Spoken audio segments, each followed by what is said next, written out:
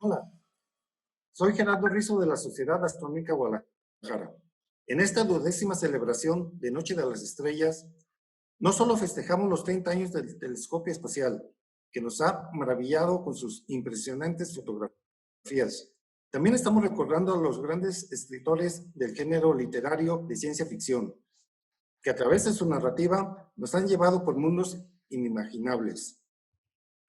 En esta simbiosis de literatura y astronomía de esta edición, me permito leer la siguiente cita. La astronomía es mi esposa y la literatura mi amante. Cuando me canso de una, paso la noche con la otra. Viajar a las estrellas es un deseo inmemorial de la humanidad. Periodo en el pasado de la especie humana. Los hombres han tenido siempre ansias de ir a lo desconocido, de explorar nuevos lugares, de navegar mares infinitos, de posarse en la luna. Muy posiblemente, los pintores de las cuevas de Altamira soñaban con ir a las estrellas.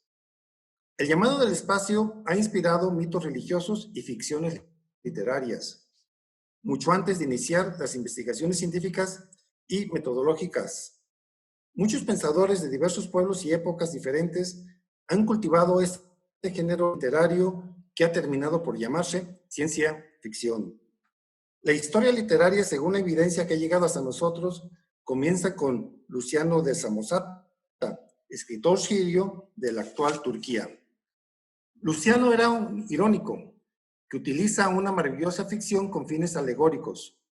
Está más cercano a la ciencia ficción en su obra La historia verdadera, donde narra que movido por el deseo de lo nuevo y por el conocimiento, fleta un navío, franquea las columnas de Hércules, pone proa hacia el oeste y alcanza la luna.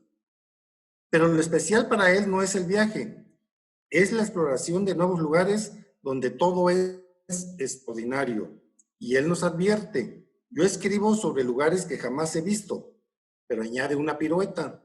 Si no me quieres creer, cuando estés allí, me creerás. La historia verdadera, traducida al latín en 1475, debió inspirar al escritor Arioto, que en su Orlando Furioso nos cuenta su visión de un viaje a la luna. En la misma época, Rabelais, al final de Pantagruel, anuncia un viaje de su héroe a nuestro satélite natural. En El sueño, obra póstuma de Kepler, publicada en 1634, seguidor de la teoría heliocéntrica del polaco Nicolás Copérnico, describe los cielos como aparecerían a un observador situado en la Luna. La influencia de Luciano está más marcada en El hombre en la Luna, de Francis Godwin, obispo que publicó en 1638, bajo el seudónimo de Domingo González.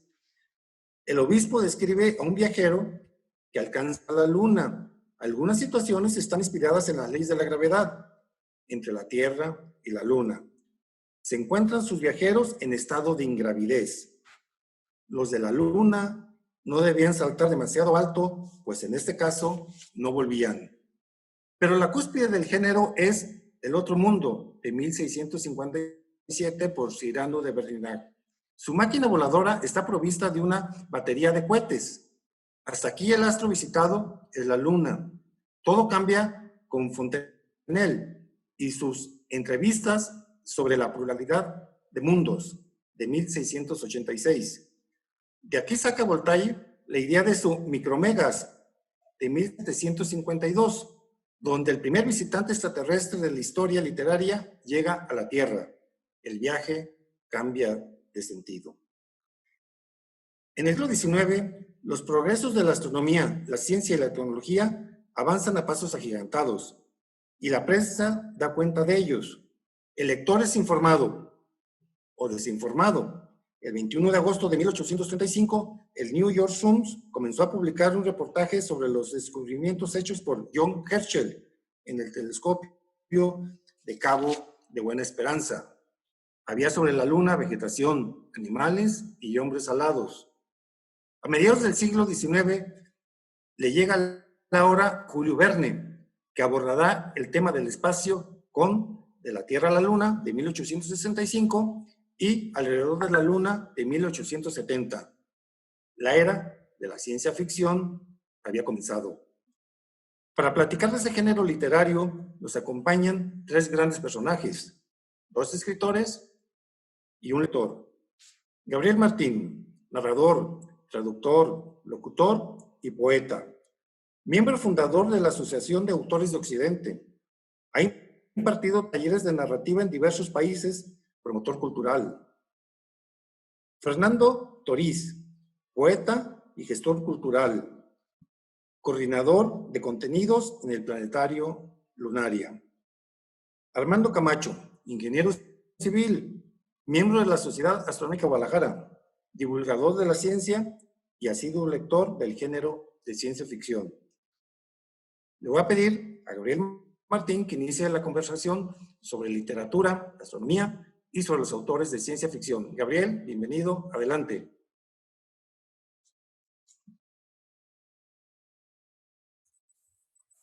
Muchas gracias, Gerardo. Muy buenas tardes en este momento. También Alianza Francesa, que es lo que estamos también representando. Pues bueno, hablemos de la ciencia ficción en Francia y particularmente del grande Julio Verne. Innegablemente, la ciencia ficción tiene una gran importancia en la literatura universal, aunque en lo personal no es el género al que más recurro. Incluso, hablando de la ciencia ficción, podríamos decir que es el género que más se acerca a la filosofía, por las preguntas obvias, inherentes, como puede ser el contacto con otras entidades, y no solo me refiero a alienígenas, sino incluso a un ser creador, la propia naturaleza y demás preguntas fundamentales, como serían, ¿y si podemos crear inteligencia superior a la nuestra? Un tema que es muy recurrente en últimas fechas, o si el planeta, naturaleza u otras dimensiones se rebelaran contra nosotros. ¿Qué haríamos? Aquí dejo la pauta para Armando, que seguramente va a hablar de Bradbury, lo sabemos. Bradbury que ejemplifica nuestros propios fantasmas, y estos fantasmas que tienen amor propio y problemas psicológicos y existenciales. Bradbury era un gran poeta. Incluso así lo calificó el gran Aldous Huxley. Y bueno, prueba de ello, 451 grados Fahrenheit y obviamente Crónicas Marcianas. Es indudablemente, como decía, un género poderoso, la ciencia ficción, que nos habla del cambio y de sus posibilidades e imposibilidades. Ahora que hablo de la imposibilidad del cambio, y pues recurro a la paradoja del abuelo y al autor a quien primero se le ocurrió, a René Dargevella, en la obra El viajero imprudente, y habla de esta imposibilidad, de cómo viajar en el tiempo y asesinar al abuelo. ¿Cómo podría yo haber viajado en el tiempo para asesinar a alguien que me estaría dando la vida? De igual manera, la imposibilidad de matar a Hitler. Sí, lo vamos a matar, esta misma paradoja, pero si lo logramos matar, entonces no ocurre la Segunda Guerra Mundial, y entonces, ¿qué pretexto tenemos para ir a asesinar a este cabo de Baviera? Es decir, que en los viajes en el tiempo de la ciencia ficción no pueden corregir ningún entuerto de nuestra historia. Las obras que tratan del holocausto por venir, y aquí también podríamos citar la pandemia de nuestros días, no permiten la luz, porque la ficción, la ciencia ficción, la ficción en general, requiere del drama. Digo, el arte, es obvio, necesita de las pasiones. Las pandemias literarias en lo general aniquilan casi a la especie por entero, y ya vemos al caminante recorriendo las carreteras desiertas, acompañado por tan solo un perro. Esta imagen es muy común y obviamente se me viene a la idea por Cormac McCarthy. Por cierto, qué gran novela, que va mucho más allá de la ciencia ficción, es una extraordinaria novela.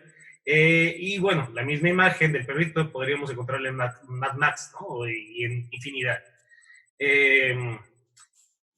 Aquí, Julio Verne, que en la totalidad de sus obras pareciera que tiene como premisa la esperanza en la humanidad, Sin embargo, una de sus primeras obras, París del siglo XX, nos presenta una sociedad ensimismada en la tanta información.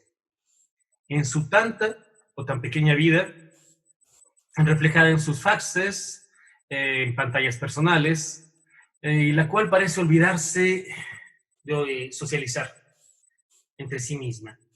Algo familiar que conocemos bien, que vemos en las reuniones familiares, en nuestras comidas, estamos pegados a la pantalla del celular. En ese viaje literario al futuro, por cierto, de sus obras menos conocidas, vaticinó uno de los mayores alcances humanos. Estoy hablando, obviamente, del Internet. Cosa curiosa que sea una obra juvenil y que sea de carácter pesimista, porque sus inicios literarios son del sueño, por el viaje, por la aventura y por el conocimiento, y también por compartir este conocimiento. Para abundar en lo anterior, pongamos, por ejemplo, sí, ¿por qué no? Pongo de nuevo la actual pandemia. Pues no teníamos manera de prevenir nuestro comportamiento. Sin embargo, la ciencia ficción tiene años, lleva años hablando de cataclismos que aniquilan a la mayoría de la población. Porque la ficción tiene que tener sabor a drama, ya lo decía, y debe ser leída y decir algo y debe atrapar al lector en 200, 300 páginas que son necesarias y no en los tantos meses que llevamos, obviamente, y los que esperemos que ya no falten tantos. En la ciencia ficción casi todo el mundo muere. La realidad la estamos viviendo y por fortuna ha sido más suave. Nuestra sociedad no ha colapsado del todo, pero en la ciencia ficción en general pone en evidencia la fragilidad, lo débil de nuestra civilización. Y en ello he encontrado una de sus mayores fuentes. Por fortuna, tal parece que la sociedad, nos hemos dado cuenta, no es tan mala como en las visiones del caos. Y comenzamos a ser conscientes de que nuestro planeta, nuestros sistemas, pues tenemos que adaptarnos a ellos para que ellos nos acepten. Sí, nos estamos ayudando. Incluso creo que es obvio que en el ámbito laboral también lo estamos sobrellevando bien gracias a esta cooperación de la humanidad. Y aquí, permítanme llevar la ciencia ficción a Francia. En mi caso, ya decía, Alianza Francesa es casi obligado. Francia, a pesar de ser de las pioneras en el género, ahorita lo decía muy bien Gerardo, citó a Rabelais, a Voltaire, a Julio Verne y a un grande, a Cyrano de Bergerac. El personaje, no el personaje, el escritor. Edmond Rostand toma a Cyrano de Bergerac, escritor, como el personaje de su maravillosa obra de teatro, Cyrano de Bergerac. Pues este fue de los primeros autores que pisó la luna, a un lado precisamente de Pantagruel, como bien comentaba Gerardo. Decía Francia, exceptuando al gran Julio Verne, no tuvo un acercamiento a la ciencia ficción fácil. Eso tal vez debido, y aquí me voy a aventurarlo a decir, tal vez debido a las guerras mundiales que padeció en el siglo pasado y a todos los conflictos que ha padecido a lo largo de los últimos siglos. Para el país galo, creo, el futuro tecnológico no era tan alentador, porque podía muy fácilmente recordar, tal lo comentamos ayer, la muerte industrializada. El negocio de la muerte. Pero antes de eso, hubo un grande, al que ya nos hemos referido, Jules Gabriel Verne. Julio Gabriel Verne. No muchos conocen, por cierto, su segundo nombre. Al compendio de su obra le llamó Los viajes extraordinarios, porque no imaginaba boletos aquí a 2 cuadras, al pueblo vecino. Eran viajes, ustedes lo saben, al centro de la Tierra, alrededor del mundo, a las profundidades del mar, e incluso se embarcó y nos embarcó en un viaje fantástico que llegó hasta la Luna y de regreso. Al parecer nunca tuvo planes para quedarse allá, solo gritó nuestro satélite y regresó de nuevo. Una curiosidad que me gustaría mencionar acerca de Julio Verne, Jules Gabriel Verne, no es muy conocida. Sucede que hizo dos novelas en las que la acción sucede en nuestro país. La primera se llama Un drama en México, que es más bien un relato que nos cuenta el nacimiento de la primera flota de guerra mexicana. Y ya con la cercanía de su muerte, publica El Eterno Adán, una de sus mejores obras, que también sucede en México. Y esta sí es una obra por completo de ciencia ficción, al contrario de esta que les comentaba, y en la que ya nos aventura un cataclismo en el que la humanidad ya ha caído antes. Tan solo para volverse a levantar a duras penas y volver a tropezar. ¿Sí? La humanidad se levanta, desaparece, es lo que nos cuenta Julio Verne en El Eterno Adán. En esto se emparenta con la mayoría de los autores del género. Ya lo decía antes, son raros los que no vaticinan un futuro gris para la raza humana. Esto sea donde sea que la raza humana se encuentre en el universo.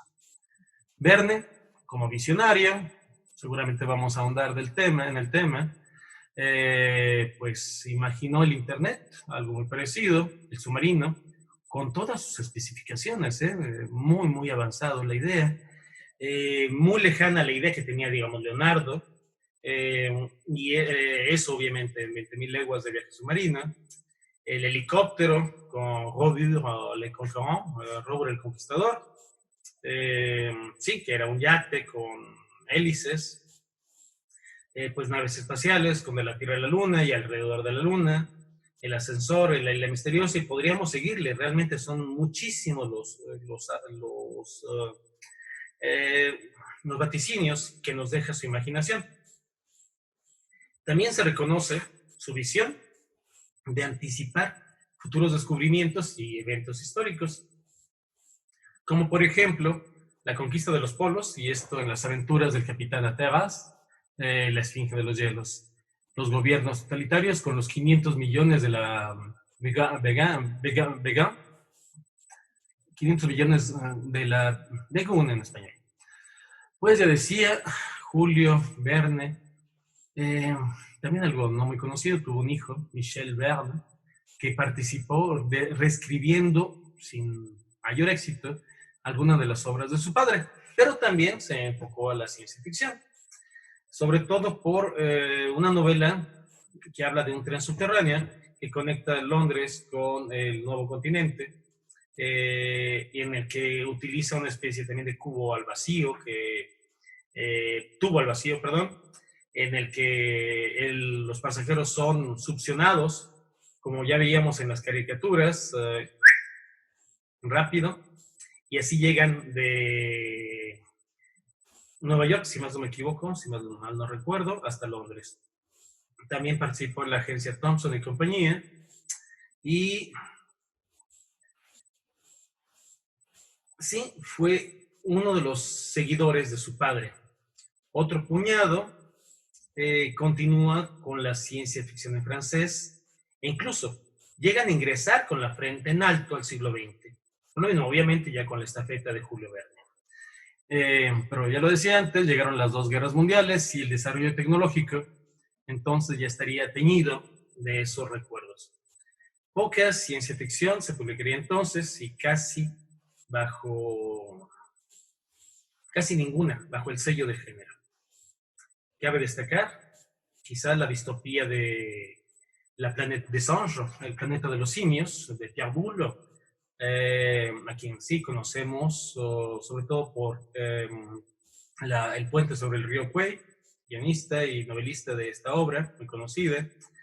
René Barjavel, de quien ya hemos hablado. En general, se puede decir que la ciencia ficción en Francia también no estuvo teñida del infantilismo que durante muchos años marcó al género del otro lado del Atlántico. Estuvo inspirada sobre todo por los movimientos culturales franceses, incluso como el surrealismo, como el Nouveau Roman y otros experimentos literarios. Actualmente, sobre todo, de buena calidad, la encontramos en la novela gráfica. Y en fin, bueno, para una primera apreciación de lo que sería la ciencia ficción en Francia, damos un pequeño vistazo, que apenas tenemos una hora y el tema nos daría para seguir hablando durante muchas y muchas horas. Bien, Gabriel, agradezco tu participación, bastante interesante.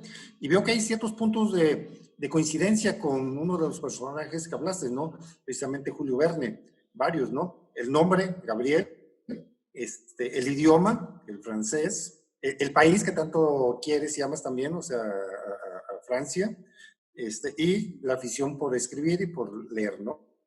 Entonces está muy, muy interesante, ¿no? Al final volvemos contigo para seguir platicando de estos temas, ¿no? Vamos a pasar ahora con Fernando Toriz para que nos haga partícipe de su intervención. Fernando, bienvenido, adelante. Hola, ¿qué tal? Un saludo a todos los que nos acompañan y también a quienes están aquí, con quienes comparto el panel, Gerardo, Gabriel, Armando. Y bueno, yo quiero hablar un poquito sobre la importancia de la ciencia ficción, que en realidad pues es una literatura de temas y no necesariamente de formas, ¿no? O de estilos. Es una literatura de ideas, donde el elemento determinante pues es la especulación imaginativa, que en algunas novelas tiene un uso como divulgación de la ciencia. Y bueno, pues ¿para qué nos sirve leer ciencia ficción? Bueno, tiene un carácter recreativo, pero también en cierta forma ayuda a aliviar la ansiedad sobre el futuro, ¿no? Si queremos especular o si tenemos alguna inquietud sobre, pues, qué nos depararía una situación supuesta, pues ya muchos escritores de ciencia ficción han imaginado condiciones adversas para la sociedad, ¿no? Y cómo podríamos resolverlo o cómo terminaríamos ante esa situación. Y bueno, algunos temas de la ciencia ficción, de manera general, una vista rápida, bueno, pues el viaje espacial o interestelar y por añadidura el encuentro con vida extraterrestre o quizá tal vez también el viaje por el tiempo o el encuentro en dimensiones paralelas. Otro tema de la ciencia ficción, bueno, pues son los robots, el maquinismo o la informática, o la prospección del futuro, ¿no? La descripción de nuevas sociedades, mutaciones, percepción extrasensorial, o nuevas relaciones entre géneros, clonación, o un análisis quizá del futuro cercano mediante una utopía o una distopía. Y bueno, como yo en esta charla represento al Planetario Lunaria, pues quisiera abordar la ciencia ficción con el tema El futuro como otro mundo. Y recordar que en este 2020 estamos celebrando el centenario de dos autores destacados de la ciencia ficción, Ray Bradbury e Isaac Asimov, ambos con distintas perspectivas sobre el futuro imaginado y la colonización del espacio, ¿no? Uno desde la perspectiva social, el primero; el segundo desde la perspectiva tecnológica. Y bueno, cabría hacernos a lo mejor algunas preguntas, ¿no? ¿Qué condiciones políticas y sociales nos depararía habitar o colonizar otro planeta? ¿Con qué tecnología viviríamos para superar las condiciones adversas a nuestra naturaleza? Y bueno, entonces comencemos cómo a través de la ciencia ficción hemos imaginado el futuro como otro mundo. Ya Gerardo Rizzo hizo una relación de cómo los escritores que fueron quizá los antecesores de este género imaginaban pues ir a la luna, ¿no? Entonces comencemos con eso, con los viajes a la luna, la novela por excelencia que relata muy bien cómo resolveríamos ir a la luna. Es esta novela de anticipación científica de Julio Verne. Hace 4 siglos más o menos, la invención del telescopio nos permitió conocer nuestro lugar en el universo, es decir, que no todo gira alrededor de la Tierra, sino al revés, la Tierra gira alrededor del Sol, el Sol está dentro, el sistema solar está dentro de una galaxia, y bueno, con este instrumento comenzaría una forma de exploración espacial que impulsaría la imaginación científica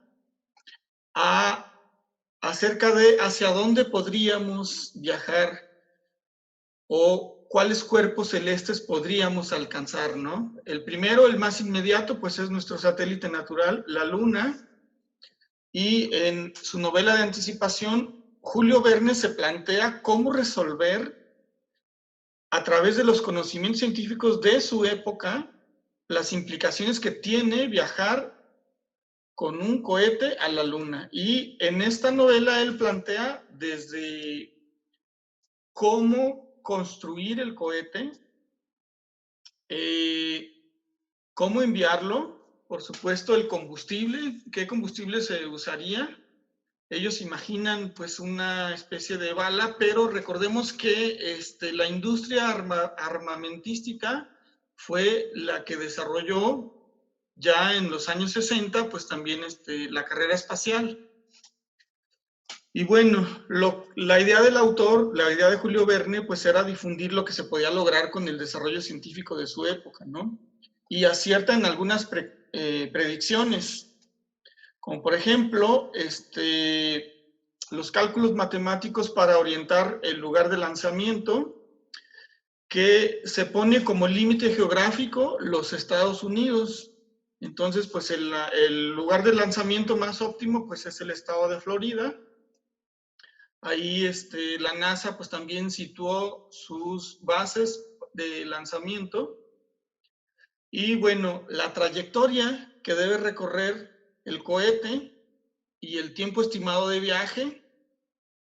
Y quizá también otro acierto o coincidencia afortunada o quizá muy bien calculada, pues que son 3 tripulantes, ¿no? En la novela de Julio Verne hay 3 tripulantes y bueno, la misión Apolo 11 que logró llegar a la Luna, pues también eran 3 tripulantes. Y bueno, y al regreso, pues ¿en dónde aterrizaría el cohete? Bueno, pues en el mar, ¿no? Un amerizaje. Y bueno, hay otra versión de Viaje a la Luna, donde H.G. Wells, en Los primeros hombres en la Luna, imagina cómo los protagonistas emplearían una sustancia antigravitatoria, ¿no? Antigravitatoria, perdón. El planteamiento es qué combustible podríamos usar, ¿no? Para llegar a la Luna. Y bueno, imagina H.G. Wells una sustancia derivada de helio y otros metales fundidos que daría como resultado algo que llamó él la caborita, y esta caborita ayudaría a la nave llegar a la Luna.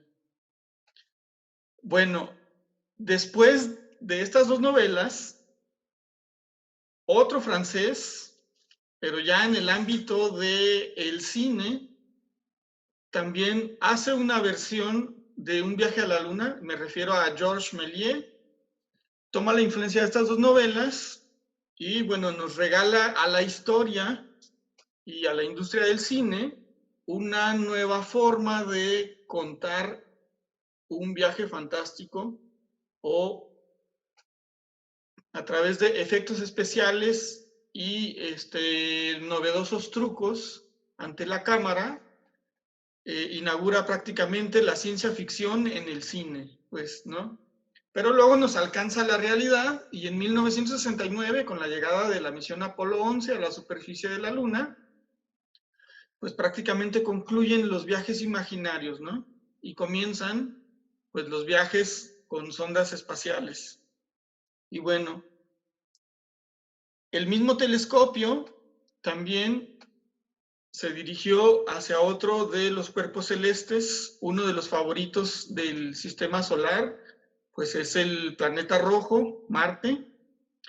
En 1877, el astrónomo italiano Giovanni Schiaparelli observó las regiones ecuatoriales del planeta Marte y, bueno, al hacer un dibujo cartográfico, él observó una red de estructuras lineales que los llamó canali en italiano y que en la traducción al inglés pasó como channels o canales que fueron atribuidos a una supuesta civilización marciana que hizo obras de ingeniería. Esto derivó en una especulación en donde los escritores de ciencia ficción, bueno, trataron de imaginar una civilización marciana, ¿no? Hay dos versiones, una en la cual ellos nos visitan y otra en la cual nosotros vamos tratando de colonizar este planeta, ¿no? La primera, La Guerra de los Mundos de H.G. Wells, presenta una civilización donde Marte es un mundo agonizante y pues ellos vienen prácticamente a tomar nuestro planeta para aprovecharse de nuestros recursos, ¿no? Y quizá el planteamiento general de esta novela es ¿qué puede hacer la humanidad con su ciencia ante una civilización que lo supera, ¿no? En tecnología de transporte, en armamentos y en obtención de recursos. Y bueno, pues es la propia naturaleza, a través de las bacterias, la que nos defiende. Y bueno, otro escenario es la novela Crónicas Marcianas de Ray Bradbury, que él en realidad combina géneros de la ciencia ficción, la crónica y la utopía. Es una utopía porque la humanidad en Crónicas Marcianas pues se plantea ir a Marte para encontrar un nuevo mundo. Es la búsqueda de un entorno mejor y la huida de la posible guerra atómica. Y bueno, un grupo de expedicionarios, desde sus anhelos e inquietudes, sus incertidumbres y deseos, busca consolidar una sociedad imaginaria, ¿no? Que a pesar de que conquista el planeta Marte, no puede escapar de lo que cada quien lleva consigo, ¿no? Que es pues una forma de vida o una cultura que va a prevalecer a donde vayamos. Y bueno, es una especulación fantástica y tiene un carácter de anticipación y supone, por supuesto, el escenario de un viaje espacial, quizá tal vez la existencia de un mundo paralelo, pero la descripción de Ray Bradbury no tiene una pretensión de rigor científico, sino más bien aborda lo poético. Y como crónica, pues es un testimonio subjetivo y ficticio que apela a una verosimilitud de una conquista que ocurrirá en el futuro. Bueno, y después también la realidad nos alcanza. En 1976, el aterrizaje de las ondas espaciales Viking 1 y Viking 2 en la superficie del planeta Marte, bueno, dan por terminado el suspiro de la edad romántica de la ciencia ficción. Los experimentos de detección de vida de estas ondas espaciales pues indican ausencia de biología en el planeta Marte y por lo tanto, bueno, la mirada quizá ya deja de estar en el sistema solar y entonces la ciencia ficción voltea a algo mayor, quizá pues a la galaxia entera, ¿no? Y lo cual deriva en la noción de imperios galácticos. La idea de un imperio compuesto por millones de mundos con una población pues que supone todos los posibles habitantes de todos esos mundos que comprenden, en nuestro caso, pues la Vía Láctea, ¿no?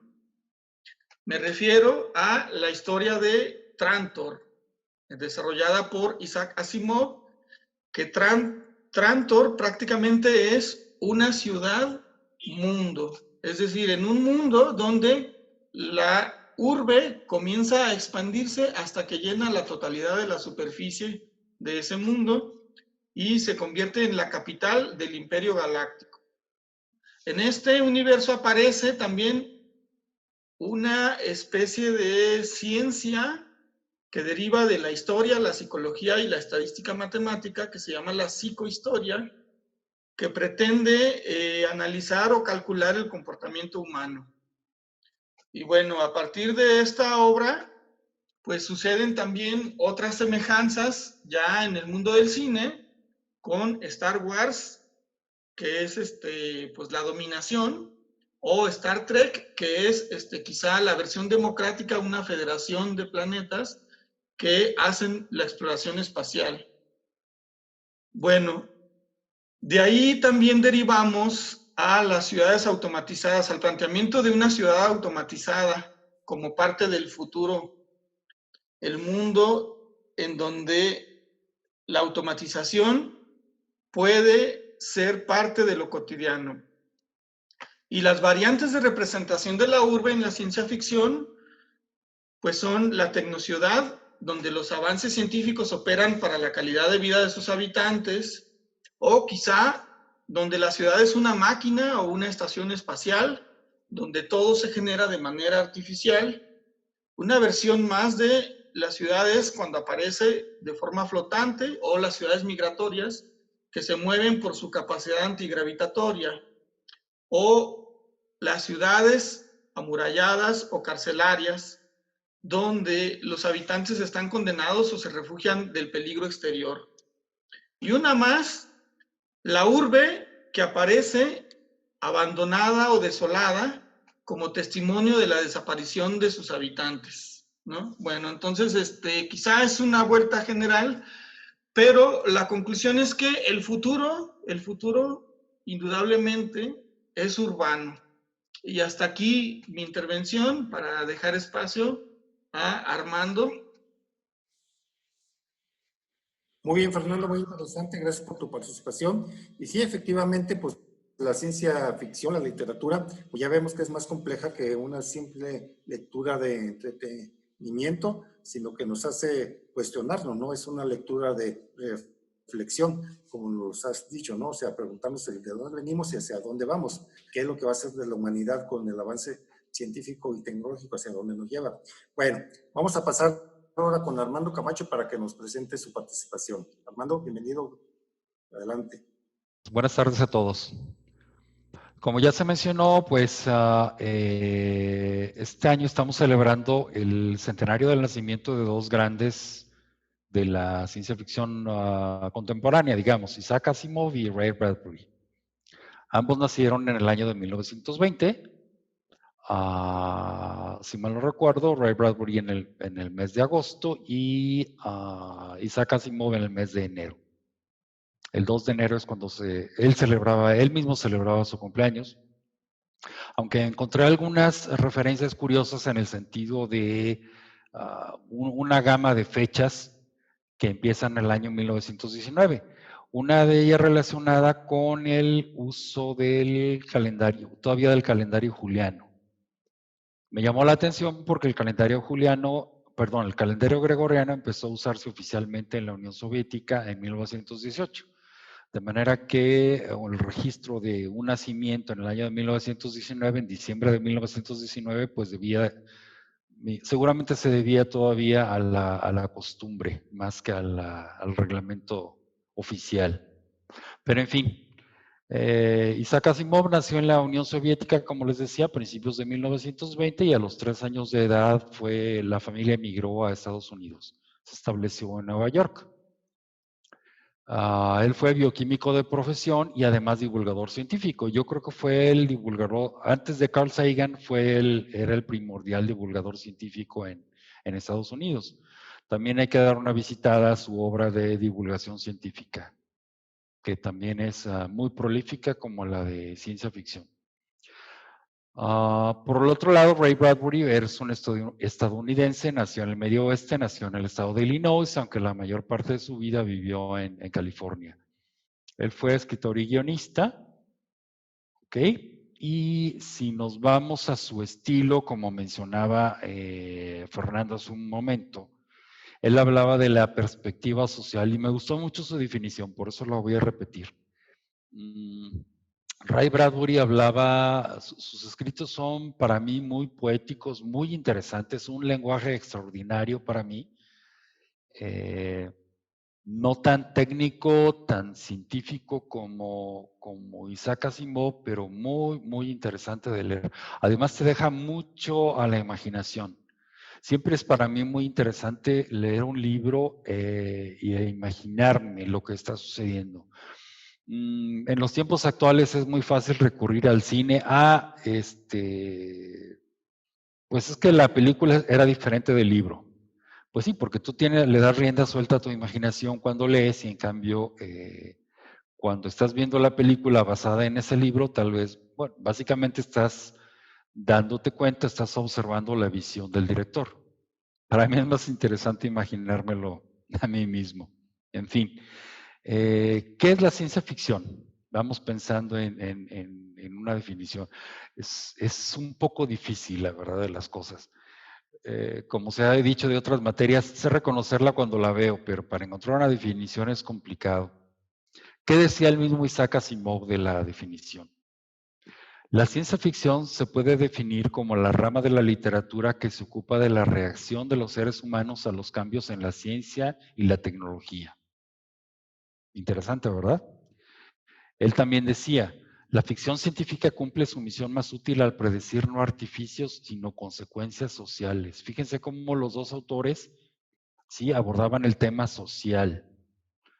A lo mejor es muy estricto y muy relativamente simple aterrarnos a la tecnología, pero ¿qué consecuencias sociales va a tener la aplicación de esa tecnología? En alguna ocasión les mencionaba a mis amigos, mi abuelo nació en 1888, mi abuelo materno.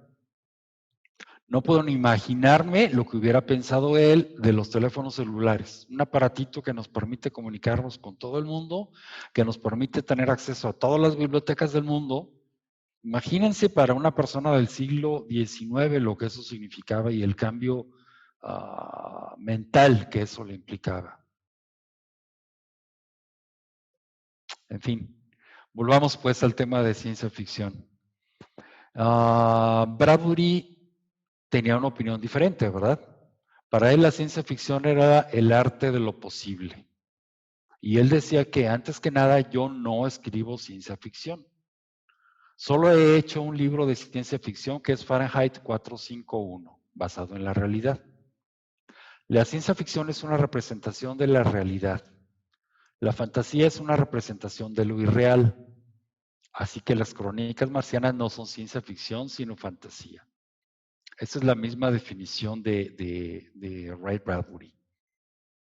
Permítanme platicar un poco de cómo así como Isaac Asimov decía Isaac Newton decía que su obra estaba basada, que se había podido mirar más lejos es porque se había parado en hombros de gigantes. Básicamente la ciencia ficción también los autores se apoyan unos en otros.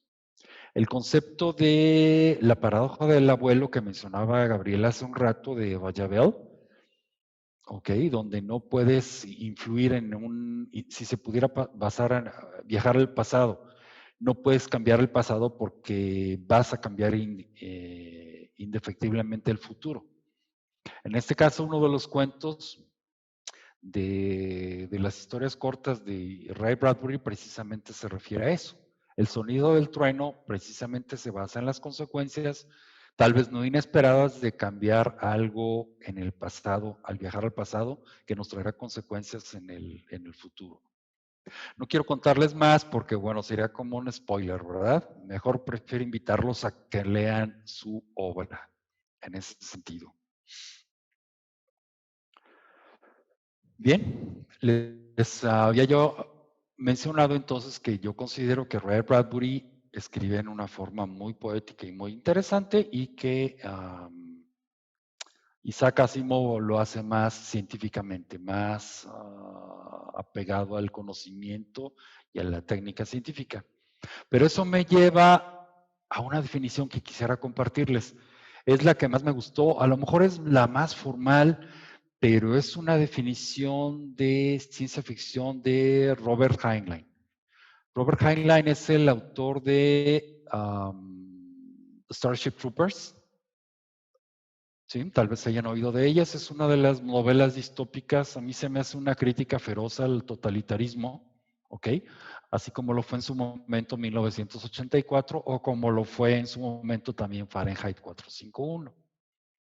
Pero bueno, déjenme regresarme a la definición de Robert Heinlein sobre ciencia ficción.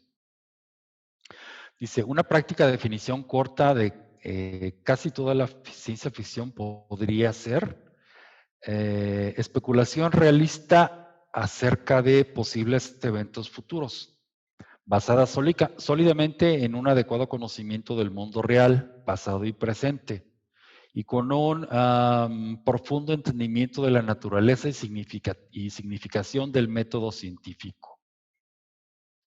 A mí me pareció una definición quizá académica, si ustedes quieren, pero muy, muy interesante en sí. Si platicamos un poco de cada una de las obras, bueno, básicamente están ya muy integradas en el, llamémoslo, en el ideario popular, ¿ok?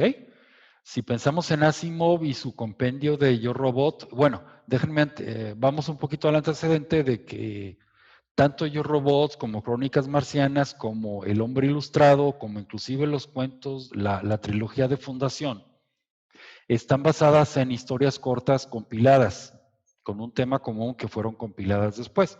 La historia básicamente de tanto de Asimov como de Bradbury está basada en la publicación en revistas especializadas de ciencia ficción, que eran muy populares en los años 30, 40 y 50, cuando ellos empezaron a crecer y escribir, y desde muy jóvenes ambos empezaron a escribir.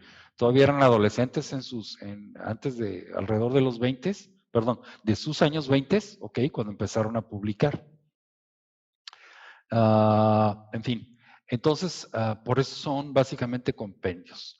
Yo Robot, bueno, todo el mundo o mucha gente ha escuchado hablar de las famosas leyes de la robótica, que bien miradas son leyes de comportamiento humano.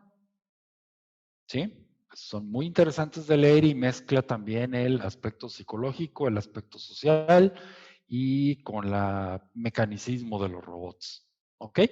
La película de Yo Robot, donde participó, ¿quién fue? Will Smith, hace unos 12 años me parece, no es estrictamente una película.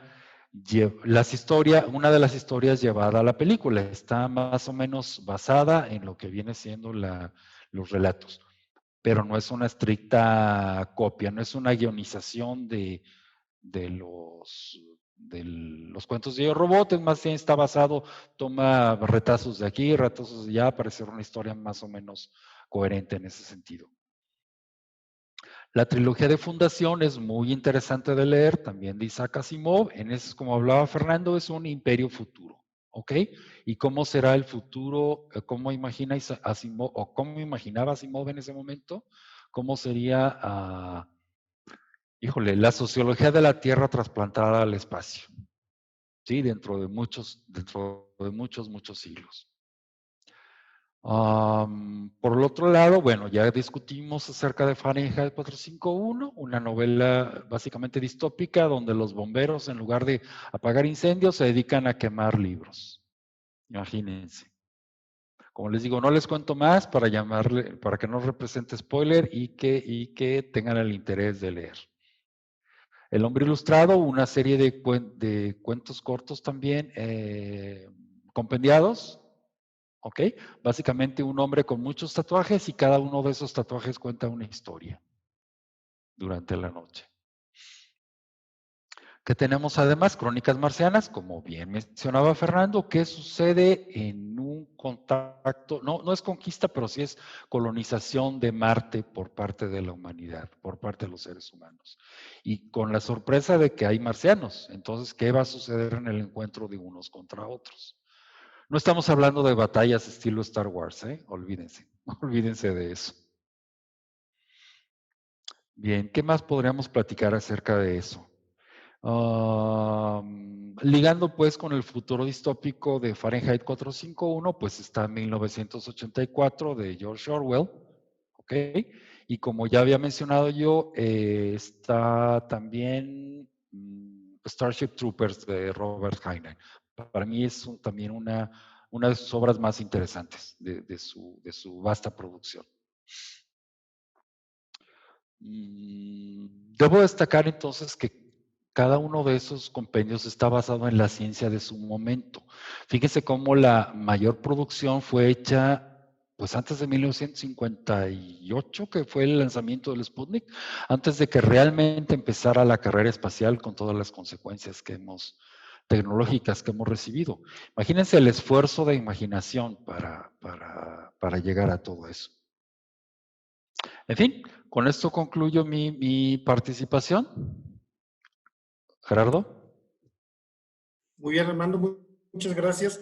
Pues nos damos cuenta que la literatura de ciencia ficción pues es muy vasta. Tenemos una gran variedad para escoger sobre temas, sobre intenciones del autor que nos quiere transmitir a través de su literatura, ¿no? Yo quisiera aprovechar, ya que terminaron los tres, también de dar mi punto de vista acerca de este género, ¿no? Ya que también a mí me gusta como lector leer ciencia ficción. Y quisiera comentar un autor, que en este caso es un actor actual, de origen polaco, Stanisław Lem. Yo pienso que es un imprescindible en cualquier biblioteca de un lector de ciencia ficción. Y esta es su obra, ¿no? Su obra que por los lectores en Europa ya se ha convertido en una novela de culto que se llama Solaris. Por ahí nos mencionaba Fernando cómo con Asimov lleva su imaginación a crear una ciudad-planeta, un planeta-ciudad, ¿no? Con Tantor. Y aquí Stanisław nos lleva a imaginarnos, nos describe un planeta-ente inteligente o un ente inteligente planeta. Y Stanisław es muy interesante, por ahí es medio irreverente, me da, para que lo lean, para que lo busquen, a ver si despierta su curiosidad, ya que es uno de los autores de la Academia de Escritores de Ciencia Ficción de Estados Unidos. Me invitan a participar, a ser miembro de esta academia, que en ese tiempo nomás se incluía a puros escritores de ciencia ficción de Estados Unidos. Y precisamente con Stanisław va a tomar y dar su discurso de aceptación y de ingreso a la academia. Por lo que dice en ese discurso de la academia ante los escritores de Estados Unidos, ese mismo día es expulsado de la academia, ¿no? Bueno, pues ahí está la recomendación para que lo busquen, un autor actual, pero también me gustaría recomendar a los autores mexicanos, ¿no? Porque también aquí en México, así como nos gusta leer ciencia ficción, también tenemos escritores, jóvenes escritores que se dan por este género, ¿no? Y sobre todo uno que está muy ligado, una colección que está muy ligada con Noche de las Estrellas, ya que recordemos que la primera edición de Noche de las Estrellas nació ya hace 12 años y precisamente va emparejado con el Año Internacional de la Astronomía, que fue convocado por la UNESCO ya por el año 2009, ¿no? Entonces, se llama precisamente, hablando de nuestros autores que hicimos en una reseña en un principio, que también mencionó por ahí Gabriel Martín, a Voltaire, allá por 1752, con su magnífica obra de Micromegas. Pues esta colección así se llama precisamente. Yo me imagino que la UNAM, que es la que publica esta edición, le llamó a esta colección en honor a esta gran obra de 1752, ¿no? Colección Micromegas, con un subtítulo, Las cuatro esquinas del universo, ¿no? Me voy a permitir nomás leer una pequeña frase de una de las novelas que vienen aquí en esta compilación, que se llama Anomalía. Dice: Bitácora de la misión tripulada Olimpo, día 946. Encontramos una anomalía en el sector 3-17, en nuestro viaje a Sirius A. Y ahí continúa la novela, ¿no? Entonces son dos novelitas que traigo aquí, dos de la colección de Micromegas. Esta sale cada año, le edita la UNAM para que la busquen. Si son del 2009 al 2020, pues ahí saquen cuentas cuántos volúmenes son cortitos y bastante accesibles, ¿no? Entonces ahí están las recomendaciones. Y yo, pues ya como hemos visto con todos ustedes, con Fernando, con Gabriel, contigo, Armando, pues la literatura de ciencia ficción pues aborda muchos temas, ¿no? Y son muy interesantes porque ser una literatura de entretenimiento, que así lo consideran muchos, pero yo pienso que es una literatura de reflexión, porque a través de la ficción y de la imaginación llevamos a la sociedad, al ser humano, a la humanidad a preguntarnos y la proyectamos hacia el futuro.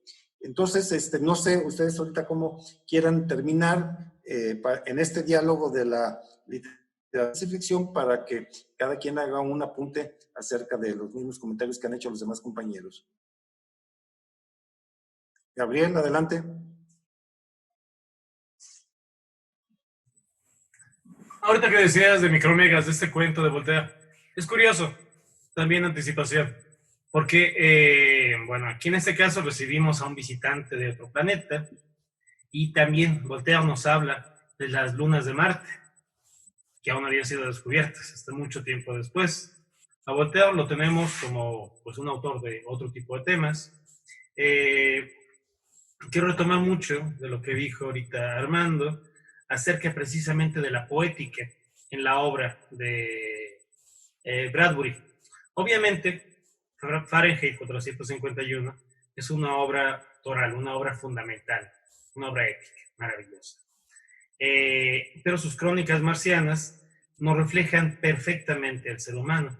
Ahorita que decías tú también, Gerardo, en cuanto a que la ciencia ficción va más allá, que nos hace preguntas, también, sí, yo quise abundar en el tema, diciendo que sí, la ciencia ficción, pues, por su mismo carácter, ya lleva implícitas ciertas preguntas de la humanidad, hacia dónde vamos. Bradbury, con las crónicas marcianas, en todos sus cuentos, nos presentan, bien decía Armando, no las batallas interestelares, no el halcón milenario, nada por el estilo, sino al hombre enfrentado con sus pasiones.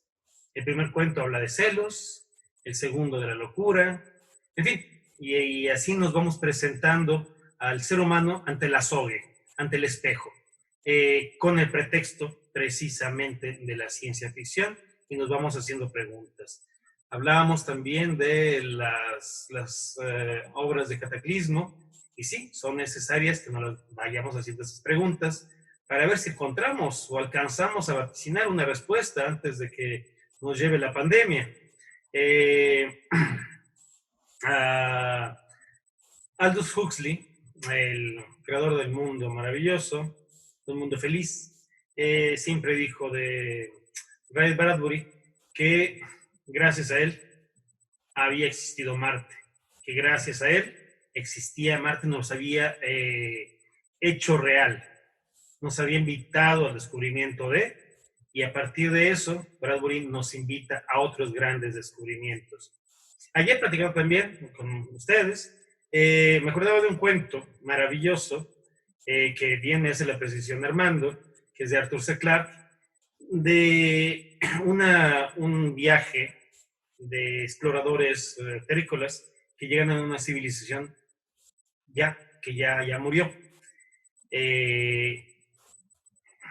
Pero curiosamente, cuando muere, es precisamente cuando explota su estrella madre, su sol, y este sol es el que está iniciando la aventura judío-cristiana de nuestro planeta.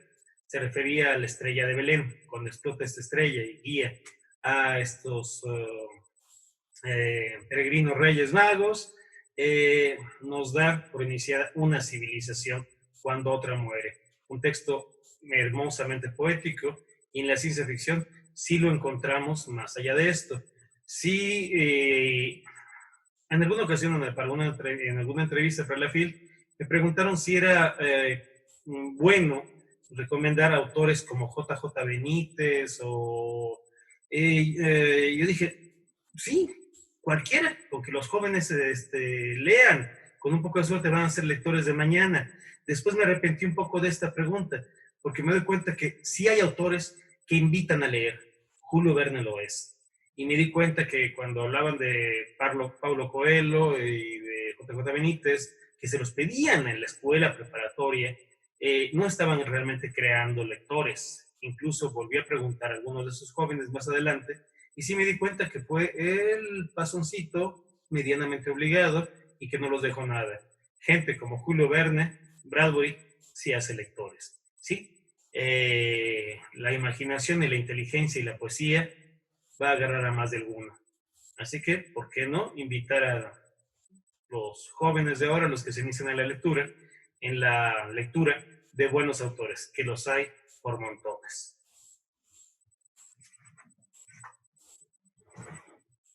Y así es, efectivamente, Gabriel, muchos autores, tanto de otros países como de aquí de México, donde escoger una buena literatura, con buena narrativa para que nos dé, aparte de un entretenimiento, un buen mensaje y dejar una reflexión para que después de que leamos el libro, sintamos como que hemos perdido algo, como que algo nos falta, ¿no? Cuando leemos un buen libro. No como aquel que ya las últimas páginas las leemos de carrera porque ya lo queremos terminar. Entonces, siempre por ahí hay un consejo, ¿no? Cuando leemos un libro y si a la tercera o cuarta página ya nos aburrió, no le tenemos interés, lo mejor es dejarlo, ¿no? Y buscar otra lectura. Entonces, sí, tienes toda la razón en eso. Sí, esos son los libros, los que dicen, me quedan 20 páginas, ay Dios mío, me las voy a echar despacito, y sin embargo las devoras. Pero si cuando un libro te pide eso, lees las últimas páginas o dices, ay, ya se va a acabar, y aún me quedan 2 horas aquí en la playa, y me quedan 20 cuartillas, ¿y ahora qué hago? Pues en el aeropuerto, en fin.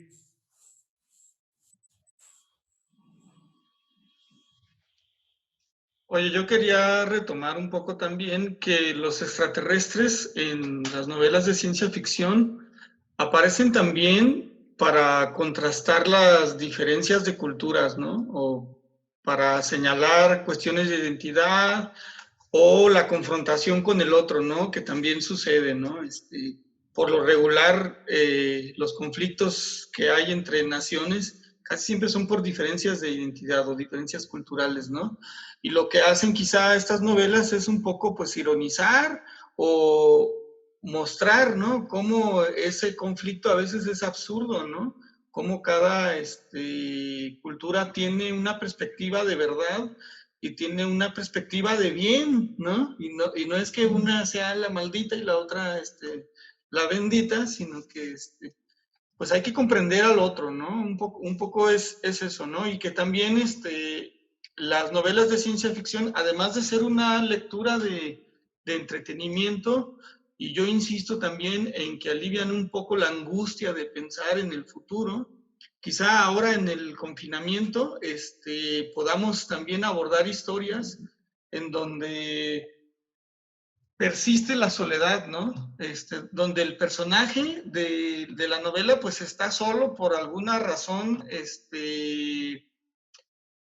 a consecuencia de sus actos o quizá porque pues así lo llevó una situación fuera de su control. Y bueno, ¿qué podemos hacer, no? Pues remitirnos a lo que nos rodea, remitirnos a nuestros recuerdos o remitirnos a nuestras aspiraciones, ¿no? No sé, un poco, Armando, ¿qué pudieras agregar aquí al tema? Me llamó la atención. Digo, esto es un poco colateral porque es más televisivo que de literatura, pero cuando empezaste a hablar del contraste entre grupos sociales, entre civilizaciones al principio, ¿ustedes recuerdan más o menos en el ambiente de Star Trek la Federación Democrática y los enemigos Klingon, así como militaroides, como salvajes? Yo he considerado que en realidad los Klingons somos nosotros. Fíjense cómo a lo largo del tiempo, siempre el conquistador básicamente es brutal sobre los conquistados. Es un reflejo de nosotros mismos, como tú lo estás diciendo, trasladado a la ciencia ficción de televisión, al espacio. En fin, como les digo, esto es un poco colateral porque es más bien televisivo que literario. Pero quisiera también, y qué bueno que Gabriel lo mencionó, Arthur Clarke, porque me voy a brincar al siglo XVIII y al siglo XX, ya mucho más contemporáneo. Otro de los personajes, creo que tú lo mencionaste un poco, Fernando, es Herbert George Wells. Venle un vistazo a sus obras. Tienen también su colección de cuentos cortos excelentes. Es una mezcla entre ciencia ficción y fantasía y realidad. pero son muy interesantes. La máquina del tiempo ha sido llevada al cine ya en repetidas ocasiones y es muy interesante, ¿ok?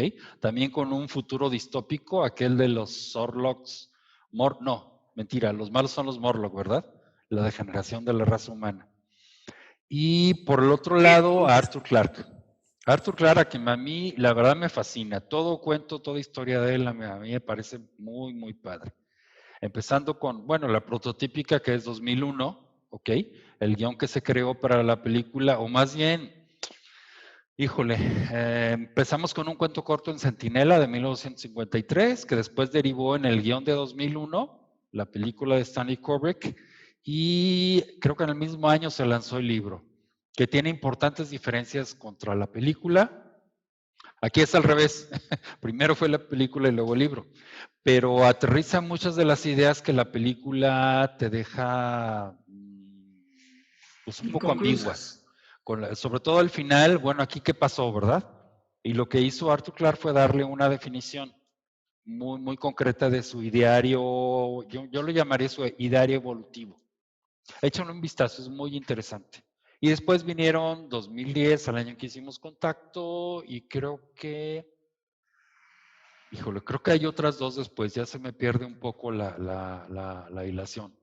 Pero son, esa y sus cuentos cortos, Encuentro con Rama, es muy interesante.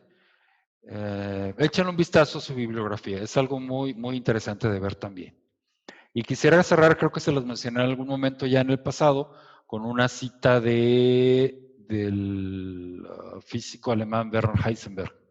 Él decía, el universo no es solo más sorprendente de lo que suponemos, sino más sorprendente de lo que podemos suponer.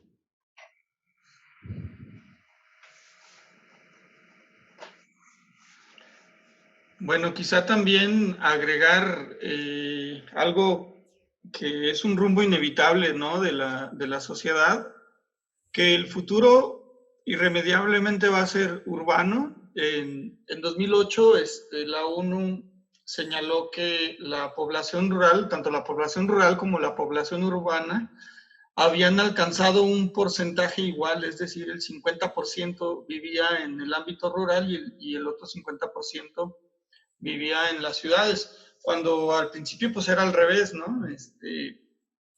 Había más población en el ámbito rural y supongo que del 2008 a la fecha pues ya quizá ya rebasamos, ¿no? Los que vivimos en ciudad somos más, es muy probable que seamos más. Y bueno, ¿a dónde nos lleva esto? Pues a confiar un poco en la automatización, ¿no?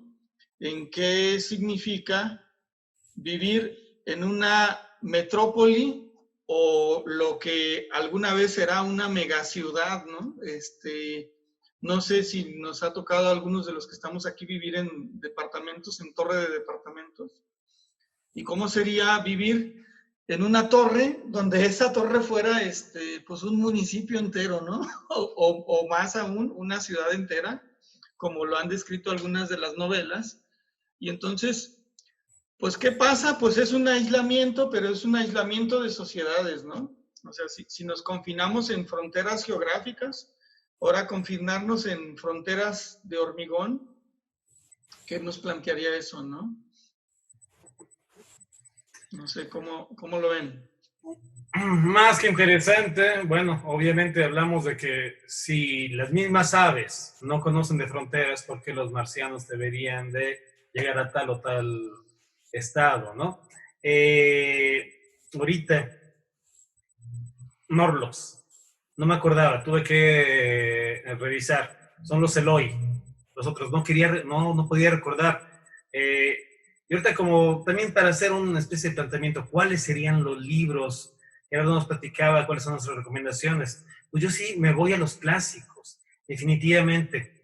Obviamente H.G. Wells, con estas dos novelas, no, incluso, bueno, pensemos también en 1984, que es un libro, hace unos momentos dije que Fahrenheit 451, es un libro fundamental.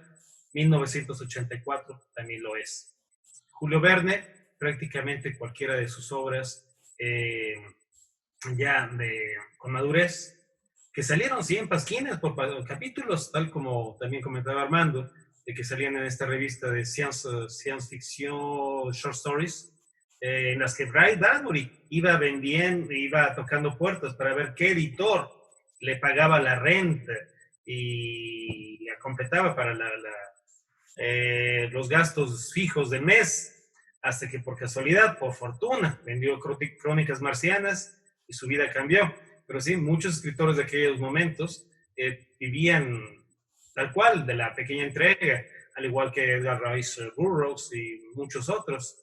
Estas revistas sí dieron no solamente entretenimiento a esa sociedad necesitada de olvidarse de otras cosas, está de evasión, aunque no me gusta mucho el término, pero es que sí nos dio oportunidades para descubrir, o más bien dicho, levantar los ojos al cielo. Cosa que al menos con este programa de La Noche de las Estrellas y todo lo que estamos haciendo en estas actividades, queremos invitarlos a ustedes, querido auditorio, levantemos los ojos al cielo. Tal vez no veamos todos los días una invasión de marcianos, pero sí, es muy común que, como cuántas veces vemos a la Estación Espacial Internacional. Sí, hace un momento se vio, inclusive por ahí también se vio la nave esta que se iba a acoplar, bueno, se acopló hace unos momentos con la Estación Espacial, ¿no? Por ahí algunos compañeros sacaron la fotografía. Entonces, sí es ya común ver, o sea, la Estación Espacial, también el telescopio espacial, varios satélites, vemos cruzar la bóveda celeste, ya sea temprano al anochecer o temprano antes del amanecer. Entonces son situaciones que se van presentando que antes pues eran impensables, ¿no? Ver satélites artificiales que nos hacen la vida más cómoda, inclusive pues esta transmisión que estamos haciendo gracias a la tecnología. Pero como decía Fernando, ¿no? Esto del futuro, el futuro que nos está alcanzando.